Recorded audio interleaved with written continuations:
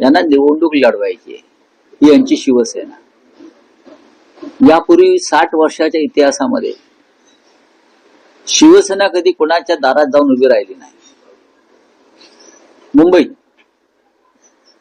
पण एकनाथ शिंदे यांचा गट जे स्वतःला शिवसेना वगैरे म्हणून घेतात ते युती व्हावी म्हणून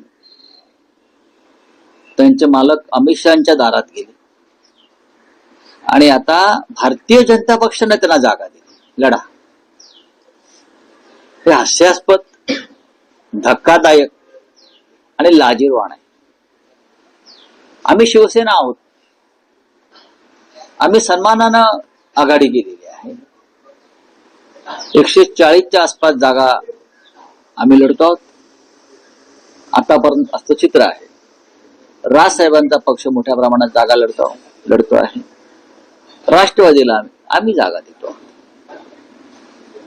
आता एकनाथ शिंदे यांची शिवसेना खरी जी भारतीय जनता पक्षाने दिलेल्या जागांवर लढते ती अजून कायचा विचार जनता नक्की करेल. पण मला खूप आश्चर्य वाटलं आणि मला वाईटही वाटलं की शिवसेना म्हणून मिरवणारे लोक भारतीय जनता पक्षानं फेकलेल्या जागांवर लढतायत. जी शिवसेना आतापर्यंत भाजपला जागा देत होती, बीजेपीला जागा देत होती, शिवसेनेच्या मर्जीनं युती होत होती, तिथे एकनाथ शिंदेसारखे लोक लाचार मराठी माणसाचं दर्शन घडवत आहेत. हे मराठी माणसाचं दुर्दैव आहे. पण रावसाहेब, आतापर्यंत असं बघितलं की 2017ची जर आपण आकडेवारी बघितली तर 84 जागा त्यावेळेस शिवसेना जिंकली होती आणि 82 जागा भाजप जिंकली. शिवसेना शिंदे शिवसेनेची अपेक्षा होती की साधारण 100च्या वर 100+ जागा मिळाव्यात म्हणजे स्वतःच्या हिमतीवर नाही, त्यांनी द्याव्यात. म्हणजे त्यांनी मागणी केली आम्हाला द्या, असं द्या, आम्हाला द्या द्या. नाही, पण त्या 100+ जागांची ही मागणी भाजपनं पूर्ण केली नाही. 90 जागांवर शिंदे शिवसेनेला समाधान मानावं लागेल. एक लक्षात घ्या, जेव्हा तुम्ही 2017ची गोष्ट करताय तेव्हाही भारतीय जनता पक्षाची जी काही भूमिका होती ती फेटाळून आम्ही स्वतंत्रपणे लढलो. याला स्वाभिमान म्हणतात. जेव्हा भारतीय जनता पक्षाने अशा प्रकारच्या भूमिका घेतल्या आढळतट्टूपणाच्या, तेव्हा शिवसेना स्वाभिमानानं बाजूला होऊन स्वतःच्या बळावर लढलेली, पण लाचारी पत्करली नाही. जेव्हा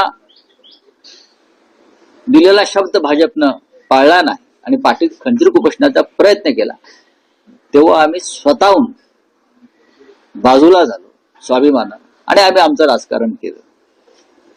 आम्ही ना दिल्लीत जाऊन बसलो, अमित शहाच्या दारात किंवा मोदींच्या दारात गवतावर बसून सफेद पॅन्टीला गवत लावून आम्ही परत मुंबईत आलो नाही. आम्ही लढलो, जे काय असेल त्या ताकदीनं लढलो आणि महाराष्ट्राचा स्वाभिमान आम्ही कायम ठेवला. पण आता चित्र फार वेगळं दिसतं. ताबडतोब त्यांनी स्वतःला शिवसेना म्हणून घेणं बंद केलं पाहिजे. ही शिवसेना नाहीये. उद्धव ठाकरे यांच्या नेतृत्वाखालची शिवसेना खरी आहे. पण रावसाहेब, ठाण्यामध्ये एकनाथ शिंदेचा भाजपनं मान राखलेला दिसतो आहे. ठाण्यामध्ये सर्वाधिक जागा म्हणजे साधारण मुंबईच्या राजधानीची गोष्ट, महाराष्ट्राच्या राजधानीची गोष्ट करतोय बरं का. मालेगावला काय झालं, अमुक काय झालं, मीरा भाईंदरला काय, त्याच्याशी मी नंतर बोलू. मुंबई ही महत्वाचं, महाराष्ट्राची राजधानी जी अमित शहा आणि त्यांचे बिल्डर लॉबी गिळायचा प्रयत्न करते, त्याविरुद्धही लढाई आहे. मुंबईत भाजपने जी यादी जाहीर केली आहे सर्वाधिक जास्त त्या यादीमध्ये मराठी व्यक्तींचा घटना असलेला बाहेर. हो का. भाजपा कोणाचा पक्ष आहे? भाजपा हा मराठी माणसाचा पक्षच नाहीये. भाजप आणि महाराष्ट्राच्या अस्मितेचा, मुंबईच्या अस्मितेचा, मराठी स्वाभिमानाचा भारतीय जनता पक्षाचा काही मात्र संबंध नाही. त्याच्यामुळे त्यांच्या यादीमध्ये परप्रांतीयांचा भरणा असेल तर त्यात आश्चर्य वाटण्यासारखं काय. आपल्या उमेदवारी जाहीर केल्यानंतर बरेचसे नाराजी देखील होताना पाहायला मिळते. वरळीमध्ये ते उद्धव ठाकरे यांना मध्यस्थी करावी लागली, त्या नाराजांना बोलवून ते होत असतं ना, असं होत असते. एकापेक्षा जास्त इच्छुक असले काही ठिकाणी तर सर्वच पक्षांमध्ये ही अशा प्रकारचं वातावरण असतं. ते आता उद्या संध्याकाळपर्यंत पूर्णपणे निवळून जाईल. रावसाहेब, पुण्यात आणि पिंपरी चिंचवडमध्ये दोन्ही एनसीपी एकत्र आहे.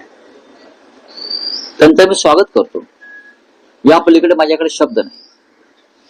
बऱ्याच ठिकाणी पण असं बाकीत वर्तवलं जात आहे की पुणे आणि पिंपरी चिंचवड दोन्ही एनसीपी एकत्र आहेत आणि महापालिका निकालानंतर महाराष्ट्राच्या राजकारणातही आणि देशाच्या राजकारणातही काही मोठे निर्णय दोन्ही एनसीपी मिळून घेऊन काय मोठा निर्णय असू शकतो? काय मोठा निर्णय म्हणजे असा काय मोठा निर्णय असू शरद शकतो? पवारांनी एनडीए बरोबर जाणं. नाही, हा मी मोठा निर्णय मानत नाही. शरद पवारांनी हा मी एनडीए मोठा निर्णय मानतच नाही आम्ही. आणि पवार साहेब असं करतील असं मला वाटत नाही. पवार साहेबांची विचारसरणी पुरोगामी विचारांचे ते नेते आहेत. त्यांनी जी पुरोगामी विचारधारा आहे, शाहू फुले आंबेडकर आणि जात्यंत शक्ती विरुद्ध जी लढाई महाराष्ट्रानं कायम केली, त्याचे सध्याचे शिलेदार आणि नेतृत्व शरद पवारांकडे आणि आम्ही त्यांच्याकडे त्या दृष्टीनं पाहतो. त्याच्यामुळे असा वेडावाकडा विचारधारेविरुद्ध जाण्याचा निर्णय ते घेतील असं आम्हाला वाटत नाही त्यांच्या चाहत्यांना. पण राजकीय वर्तुळात अशी चर्चा आहे की यासाठी उद्योगपती गौतम अदानी मध्यस्थी करतायत. गौतम अडाणी म्हणजे महात्मा फुले नाहीयेत बरं का, किंवा संत गाडगे महाराज नाहीयेत. शरद पवारांच्या सगळ्याच उद्योगपतींशी संबंध आहे प्रेमाचे, त्यातले एक अडाणी. हो गया, चलो.